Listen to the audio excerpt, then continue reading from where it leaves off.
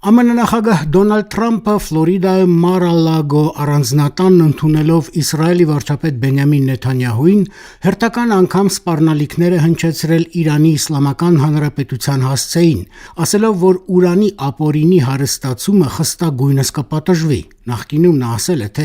Իրանի վտանգավոր միջուկային կենտրոնները ամբողջությամբ ոչնչացվել են այս տարվա հունիսին ամերիկացիների եւ իսրայելցիների 12 օր տևած օդային օպերացիայի ընթացքում։ Սակայն Թեհրանը պատասխանել է, թե վնասը այդ աստիճան մեծ չի եղել եւ որ Իրանը կարող է շարունակել միջուկային հետազոտությունները։ Երեք Թրամփը չի բացառել հարկեղած դեպքում եւս մեկ անգամ հարված հասցնելու հնարավորությունը, նկատել տալով, որ նոր հարվածը հունիսյան գրոհի համեմատությամբ ավելի հուժկու կլինի եւ հետևանքներն էլ ավելի սարսափելի։ And speaking of Iran, I hope they're not trying to build up again because if they Ինչ վերաբերում է Իրանին, հուսով եմ, որ նրանք չեն փորձում նորից հարստացված ուրան կուտակել, բայց եթե դա անեն, մեզ կմնա միայն ոչնչացնել այդ պաշարը, եւ դրան այլընտրանք չի լինի։ Այսպիսով հուսով եմ, որ նրանք դա չեն անում, չնայած կան հաղորդագրություններ, թե զենք եւ այլ բաներ են կուտակում։ Եթե այնուամենայնիվ դա անում են, պետք է գիտակցեն, որ մենք վառելի կապարդյուն չենք ծախսի։ Ես թույլ չեմ տա, որ մեր B2 ռմբակոծիչները 37-ժամյա անիմաստ թռիչք կատարեն եւ ահագին վառելիք վատնեն։ 37-hour trip both ways. I don't want to waste a lot of fuel. Թրամփը հավելել է, թե ամռանը Թեհրանին ընձեռել է Իսրայելի հետ գործարքի գնալու հնարավորություն, բայց իրանական կողմը չի օգտվել դրանից։ Նախորդին այս իրավիճակին է անդրադարձել նաև Իրանի արտաքին գերատեսչության մամլոխոսնակ Էսմայիլ Բաղաեին, որը հերքել է ուրանի հարստացումը վերսկսելու մասին մեղադրանքը։ اینکه هر از چندی رژیم صهیونیستی یک موضوعی رو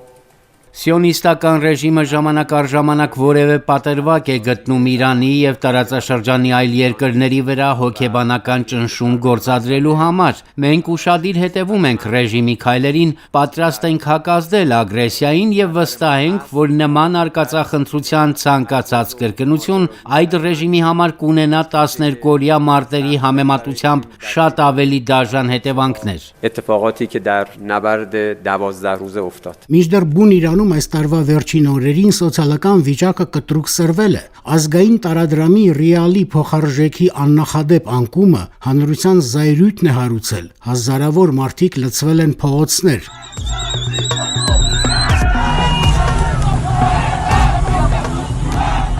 Ցուցարարները վանկարկում են մահ Խամենեիին։ Իրավապահները չեն ցանկանում կոշտ արձագանքել նոր ճգնաժամ չհրահրելու համար։ Պետական լրատվամիջոցները հաղորդել են կենտրոնական բանկի նախագահ Մոհամմադ Ֆարզինի հրաժարականի մասին։ Նախագահ Մասուդ Փեզեշքյանը ներքին գործերի նախարար Էսկանդեր Մոմեիին հանձնարարել է երկխոսություն սկսել ցուցարարների հետ։ Ենթադրվում է, որ կենտրոնական բանկի ղեկավարումը կստանձնի ֆինանսների նախկին նախարար Աբդոլ Նասեր Հեմաթին։ Վերջինս խորհրդարանում հայտարարել է, որ պետք է հակազդել Վաշինգտոնի քայլերին։ Մենք թույլ չենք տա, որ այս երկիրը խոնարհվի նախագահ Թրամփի գործադրած ճնշման եւ ահաբեկչական քաղաքականության առաջ։ Ամեն անգամ, երբ Իրանում ընդվզումներ են սկսվում, իշխանությունները պնդում են, թե դրանց թիկունքում սիոնիստներն են եւ Սպիտակ տունը։